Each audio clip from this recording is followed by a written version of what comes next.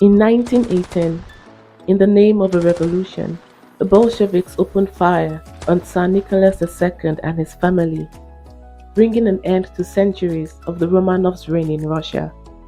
The royal family, at the height of its reign, was arguably the wealthiest and most extravagant in all of Europe. From fine dining to luxurious parties, spectacular fashion, and of course, the most mesmerizing jewels, the Romanovs of Russia were incredibly wealthy and seized every opportunity to flaunt it. Welcome to Gems and Jewelries.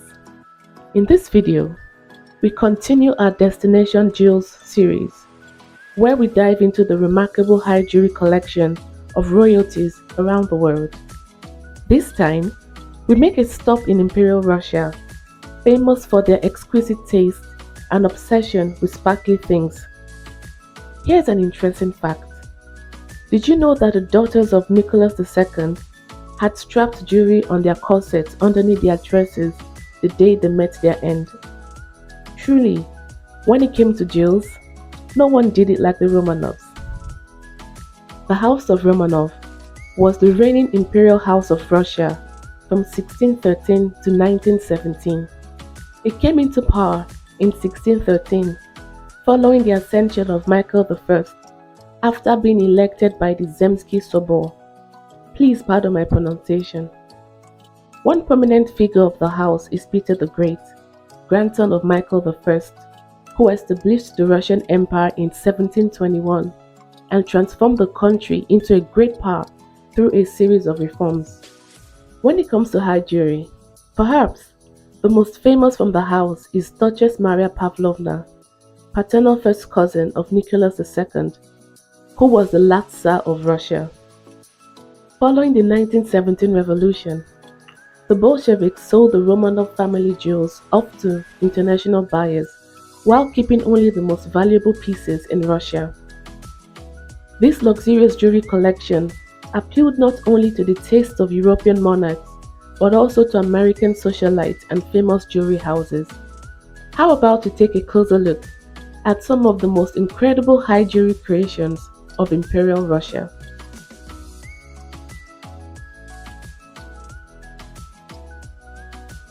The Imperial Crown of Russia, also known as the Great Imperial Crown, was used for the coronation of the monarchs of Russia from 1762 until the Russian monarchy abolition in 1917. The Great Imperial Crown was first used in the coronation of Catherine the Great, and it was last worn at the coronation of Nicholas II. It features 4,936 diamonds, 74 pearls, 1 spinel weighing 398.72 carats, and a red velvet cap. The masterpiece survived the 1917 revolution and is currently on display in Moscow at the Kremlin Armory State Diamond Fund.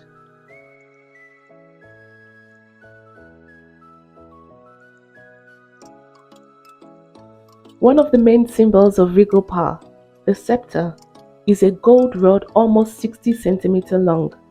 This one, commissioned by Catherine the Great, was made in 1762 by Leopold Fitzgerald.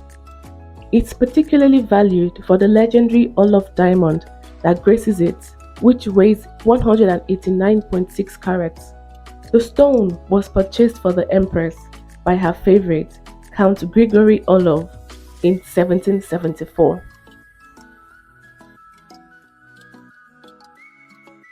During a coronation, an emperor would usually place this crown on the head of his consorts. There were several such crowns, and some were sold off by the Bolsheviks to the West. This one, according to researchers, was made in 1801 for the consort of Emperor Alexander I, Elizabeth Alexeyevna. It includes 48 large diamonds and over 200 smaller ones.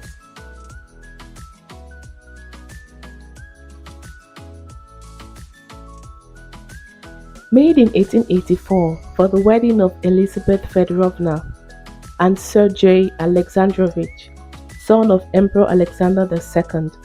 This small crown is studded with an array of diamonds.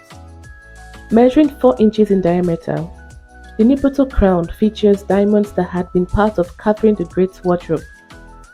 There are 320 large diamonds, weighing 182 carats, and 1,200 smaller diamonds totaling 80 carats, mounted in silver and set on a crimson velvet. The Bolsheviks didn't see its value and decided to sell it at auction. It changed owners several times, even gracing the head of the winner of the Miss Universe contest in California in 1952, before it was purchased by American heiress Marjorie Merriweather Post. It is now on display at the Hillwood Museum. You can click this card at the top to see the video of the entire collection of Miss Post.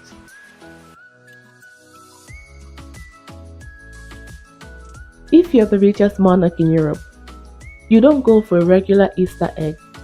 No, darling. You order a series of unbelievable works of art from Faberge.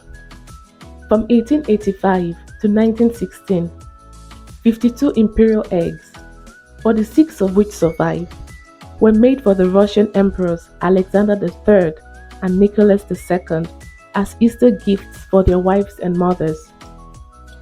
These eggs are objects of art, often baptized in precious and semi-precious gemstones like diamonds, rubies, sapphires, pearls, and enamels. What made them even more delightful are the surprise gifts inside the eggs. Faberge eggs are worth millions of dollars and have become symbols of opulence.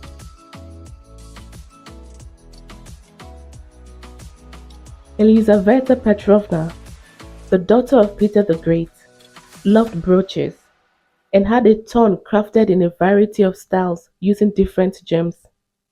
This piece, in the form of a fountain of sapphires with diamond drops, was worn on a hat or as a hair clip. It comes in a set with massive fountain earrings.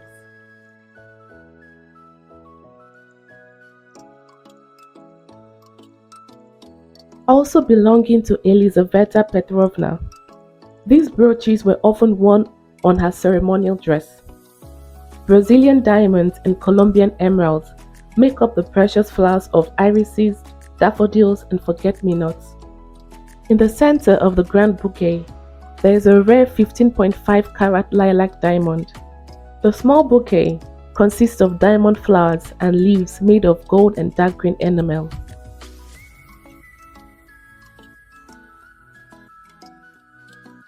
An agraffe is a brooch-like clasp that was popular in the 17th century.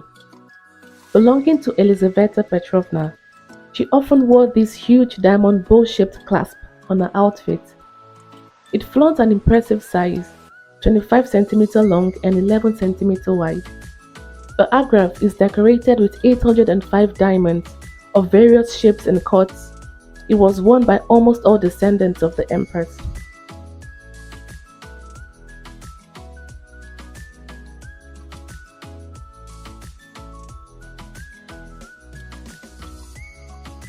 Interestingly, this ruby is actually a rubellite.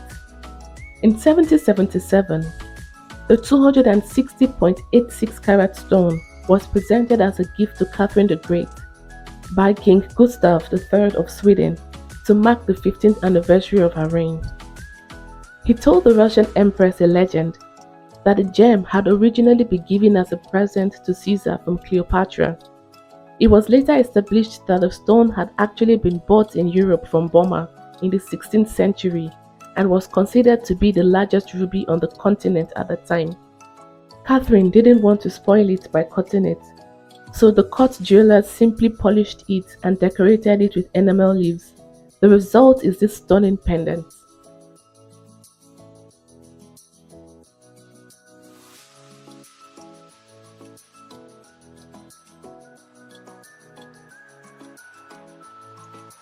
An esclavage is a piece of jewelry that was worn on a white lace or velvet ribbon like a necklace. This bowl consists of spinels and diamonds, which was made for Catherine II. It is paired with these earrings, also featuring the same stones. The last owner of this set was Empress Maria Fyodorovna, the wife of Alexander III. It was found in her chambers in the Anichkov Palace in St. Petersburg after she herself managed to escape Russia following the revolution.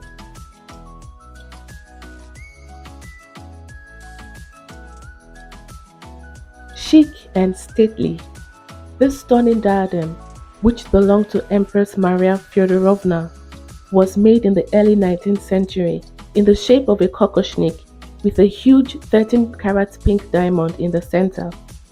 The tiara is graced with 175 large Indian diamonds and over 1,200 small round-cut diamonds. Traditionally part of the wedding dress for royal brides, it is the only original Romanov diadem that remains in Russia, since experts consider the pink diamond to be truly priceless. It was often worn with the nuptial crown.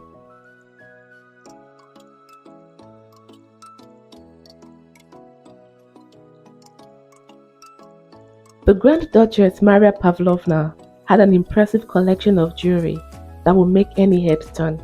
Perhaps one of her most famous pieces is this set of huge emeralds that caused a commotion thanks to photographs of the Romanov costume ball in 1903.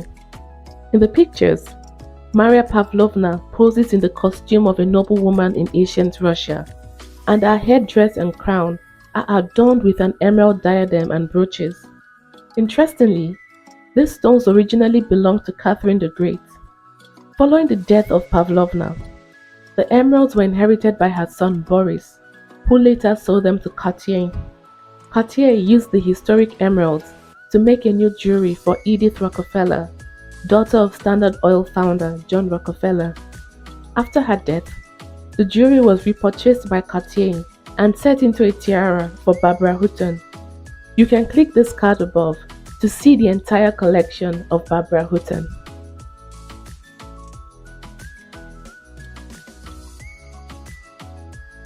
This necklace of Catherine the Great initially consisted of 389 natural river pearls.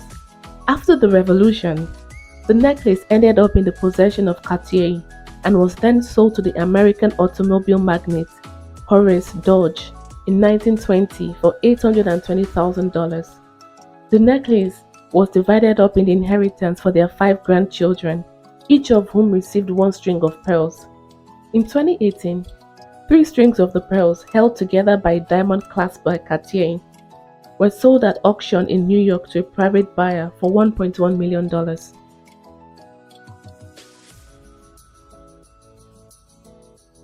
Empress Maria Fyodorovna was the consort of Alexander III and the mother of Nicholas II, the last Russian emperor. The empress had a soft spot for sapphires, and her collection included some very large and rare stones, some of which are still worn in Britain today. The largest sapphire ended up in the New York jewelry workshop of Cartier in 1928, who subsequently sold it to the American opera singer Ghana Walska. In 1971, the diva decided to sell her jewelry, and after a string of owners, the sapphire came back to Cartier. In 2015, Cartier created the Romanov bracelet with Fyodorovna's 197.8 carat refaceted sapphire that was purchased by a private collector.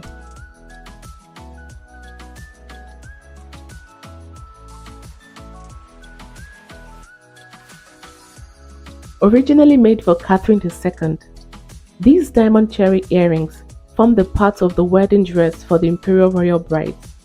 Recalling a notable moment of her wedding day, Maria Pavlovna spoke of the earrings. The earrings were so heavy that in the middle of the banquet, I took them off and, much to the emperor's amusement, hung them on the edge of the glass of water standing in front of me.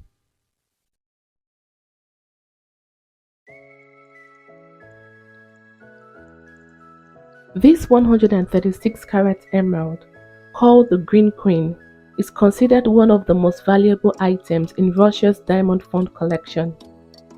It was reportedly found in the 16th century in Colombia, and in the 19th century, it was placed in a setting of a garland of stylized vine leaves, alternating with large round diamonds.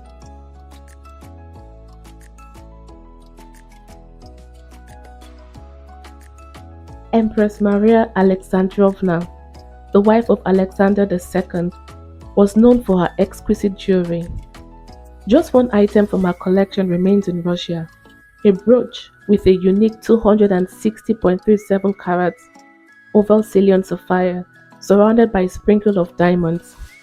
Alexander II acquired this stone at an exhibition in London and presented it to his wife, and the court jewelers later inserted it into a brooch.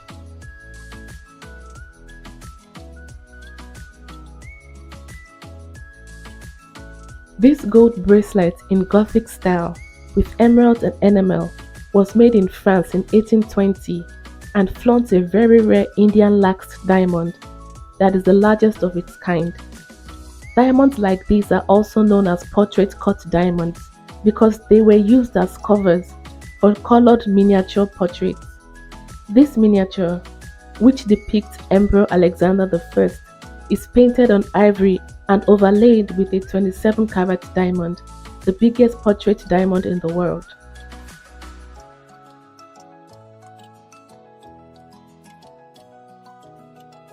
This brooch went under the hammer in 1927 when the Bolsheviks auctioned a number of items from the royal collection. In the center of the large floral brooch is an oblong red spinel. At the top, a superb emerald, and on the sides 2 Ceylon sapphires, 3 ancient pearls suspend from the impressive piece. Well, that's all we can cover in this episode of Destination Jewels. As you probably guessed, this video has barely scratched the surface of the incredible treasures associated with the Romanovs. As a result, you'll be seeing several parts to this video so we can explore even more wonders from the vaults of Imperial Russia. In the meantime, I'm certain this video was totally satisfying for you as it was for me. Don't forget to like and subscribe to my channel. Let me know your favorite piece in the comment section below. Thank you for watching, and I'll see you in the next video. Bye bye.